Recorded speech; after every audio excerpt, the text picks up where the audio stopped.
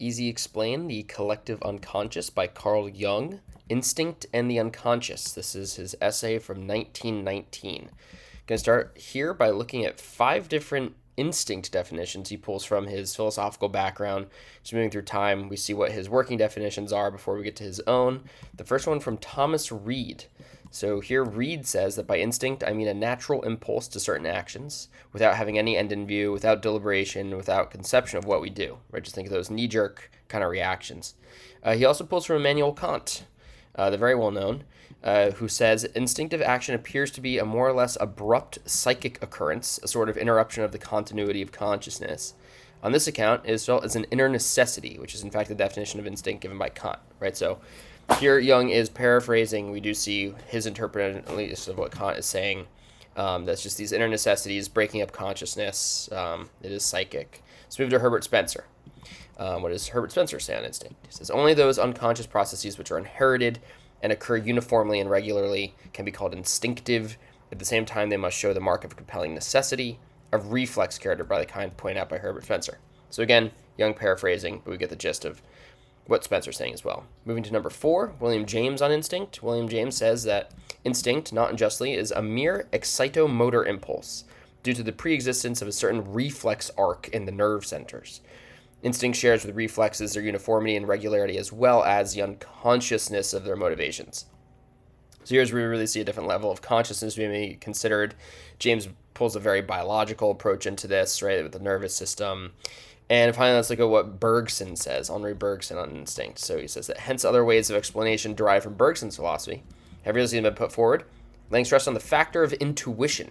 Intuition as is an unconscious process, in that its result is the eruption into consciousness of an unconscious content, a sudden idea or hunch, in quotes, right? So that's what Jung is building from, right? That's where he's starting. Those are his working background definitions. And let's see his take on what instinct is in this essay from 1919. Jung says, for himself, that in a sense, therefore, intuition is the reverse of instinct. We're going to flip that from Bergson.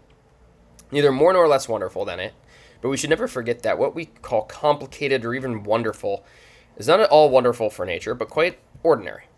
He goes on, we always tend to project into things our own difficulties of understanding and to call them complicated, when in reality they are very simple and know nothing of our intellectual problems. Last part of this. Instincts are typical modes of action, and wherever we meet with uniform and regular recurring modes of action and reaction, we are dealing with instinct, no matter whether it is associated with a conscious motive or not. So I think that's really a big takeaway for Jung here. That really sums up his view of instinct, how he's using it. And this concept, why we're starting with this, instinct is a really big part of the unconscious as Jung starts to build out his concept of it. So let's look at what it means to have a personal unconscious, right? And this is his starting point largely coming from Freud. So here, Jung says that the unconscious is the receptacle of all lost memories and of all contents that are still too weak to become conscious. These contents are products of an unconscious associative activity, which also gives rise to dreams. Besides these, we must include all more or less intentional repressions of painful thoughts and feelings. So in addition to instincts in the unconscious, we have lost memories, we have things that are just associations that are not conscious, we have dreams, repressed thoughts and feelings, starting to build it out for him. And another big thing for Jung here is the concept of archetypes. So this whited out bit is, I pulled this from a few different places, trying to give, largely from this essay, trying to give an overview of how Jung would define what archetypes are. They're a huge part of the unconscious for him. They are primordial images.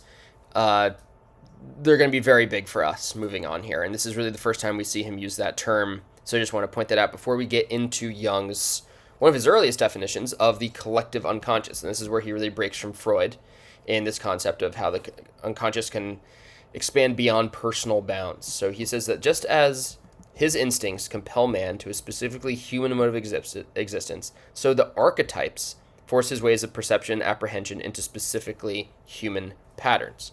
He goes on, the instincts and the archetypes together form the collective unconscious. I call it collective because, unlike the personal unconscious, it is not made up of individual and more or less unique contents, but of those which are universal and of regular occurrence.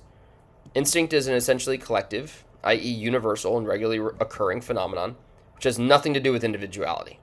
Archetypes have this quality in common with the instincts, and are likewise collective phenomena. So we're really painting the picture here of what the collective unconscious is, what instincts are, what archetypes are, how they're alike, how they both build up the collective unconscious. And here's another bit on them, especially with archetypes being viewed as primordial images, right? These original universal constructs in our unconscious.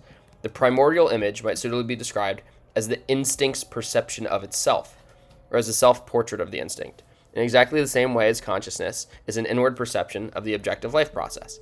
Just as conscious apprehension gives our actions form and direction, so unconscious apprehension, through the archetype, determines the form and direction of instinct. One last bit from this essay before we wrap up, from 1919, Jung for now. So the collective unconscious consists of the sum of the instincts and their correlates, like archetypes. Just as everybody possesses instincts, so he also possesses a stock of archetypal images. Sorry, so that was just Fig. He's up on a shelf now. But that is the collective unconscious, according to Jung, in 1919.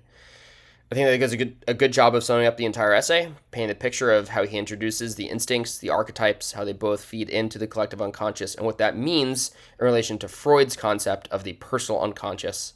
For now, I hope this helps.